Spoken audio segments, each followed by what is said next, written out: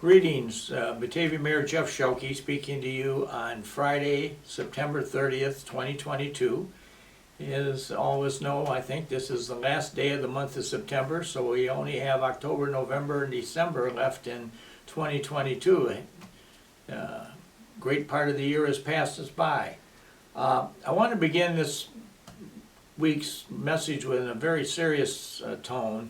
I have had a number of contacts, calls, inquiries from people.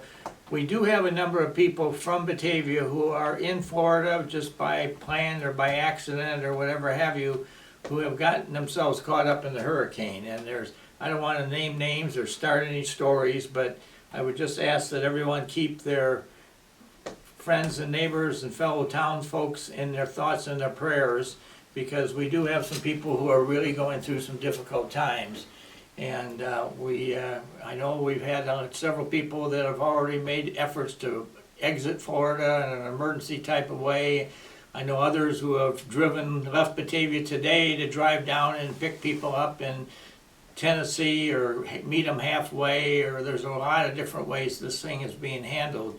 But fortunately I haven't heard of anybody that's been killed yet, or hopefully we won't, from Batavia, but there has been significant damage down there, and we have a number of Batavians who had moved down there permanently and were living there. And I know a wide variety of people have friends and relatives down there. So again, please keep everybody in your prayers as this thing unfolds. I guess now it's landing in South Carolina, and that could be more damage there. So just keep that in focus, because obviously you can't turn on the TV without that being in your face, and there's a lot of Batavia conversations going on about it and those involved. So I just wanted to let everybody remember that. Another thing I wanted to just share is if you've been down to City Hall the last few days, you know that the place has drastically changed. We now want everybody to come in the south entrance of Island Avenue to come in, and there's signs that tell you where to go, but you'll see a lot of construction. A lot of this first floor is cordoned off and tore out, or it's being tore out, so we're going to be doing some changes specifically on the first floor that will change a few things around. One of the key components that we're trying to do is move the utility billing office down to the first floor, so that people who want to come in and pay their utility bills, and we have a lot of them, we'll have an easy way to get into the building. They won't have to take an elevator or go upstairs or anything else. It'll be right inside the door at the south end of the building. So we are going to be very pleased that that is in place, and hopefully in a few months we'll be back in shape. And I may have more to say about other things that will emerge with this city's remodeling of City Hall as the days go forward. One thing I will tell you that I had the opportunity to do this week, I was invited by the Kane County Forest Preserve to come out to the Settlers Hills landfill/golf course on Fabian Parkway, because as many of you who are golfers know, that had been shut down for a while because there had been a lot of reconfiguration of the ground because of some of the early garbage that had been put in there. It kind of self-destructed itself in the ground, and as doing such, it changed the temples and the levels of a lot of the ground in there. So they had to go back in and do a significant amount of work, and I was able to take a quick look at it, and they've done a nice job. So if you're a golfer, I'd encourage you to go out to Fabian Parkway, Kirk Road, or that general area and visit the golf course, because it's almost a new experience. I know some of the golfers who have already been out there tell me it's a good course, and they've even changed some of the hole numbers from where they used to be and have created some new ones. So that's a new experience that we want to encourage everybody to do.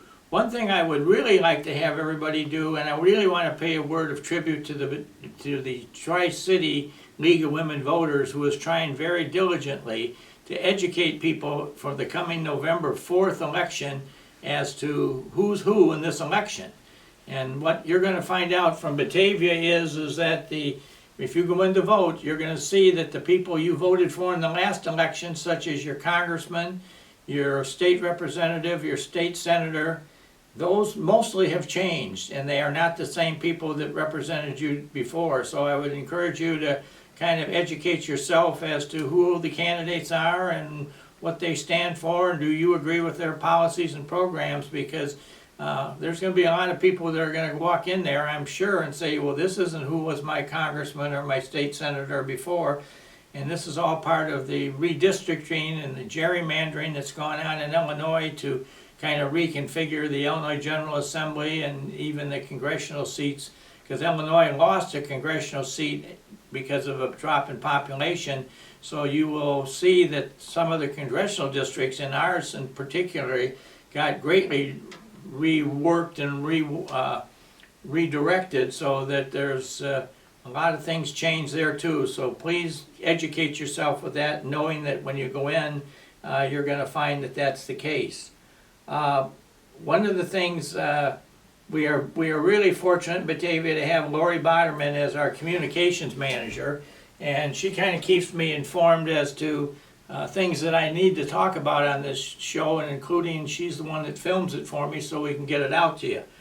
But one of the things that I do want to make mention of is that this past weekend she was down with helping me do my walk of the community for the National Mayor's Walk to get people out to do exercise, and we did a little history tour.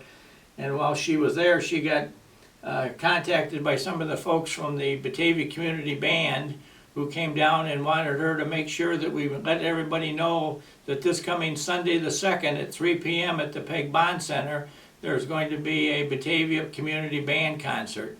I believe this will be the last one of the season for the summer months, and obviously they'll be around for the holidays, but this is going to be, hopefully it'll be nice weather and it'll be outdoors, and they won't have, the last one they had to bring it in the council chambers and it was a bit crowded.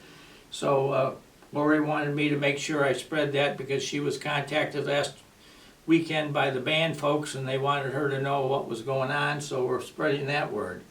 The other thing that I guess I want to just share is that I have a lot of opportunities to talk these days with the members of the Batavia Police Department. And we are staying up on top of things, and I have full faith that we'll continue to do the great job that they're doing. But they are telling me that we are getting a lot of crime reports for things on technology, that people are being victimized by people somehow obtaining their credit card numbers or their checking account numbers or whatever, and they're filing bills and sending bills and making up stuff and trying to get people to call them on the phone.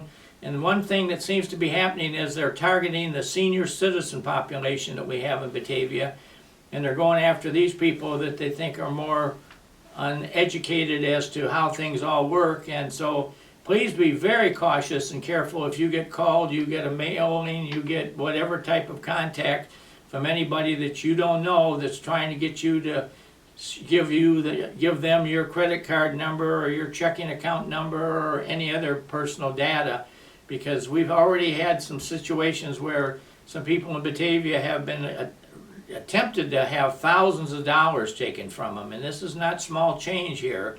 This is a pretty serious situation, and so the police department stays on top of it, and we've got people basically working full-time, just working the technology issues of crime that we are faced with in Batavia, and I'm told we're not alone. This is all over the area that this is going on, but we want to make sure that we stay on top of that. So I'll probably be harking about this again sometime in the near term, but we want to make sure that everybody out there knows what's happening when you turn on the computer, what you may get yourself into as far as a crime report.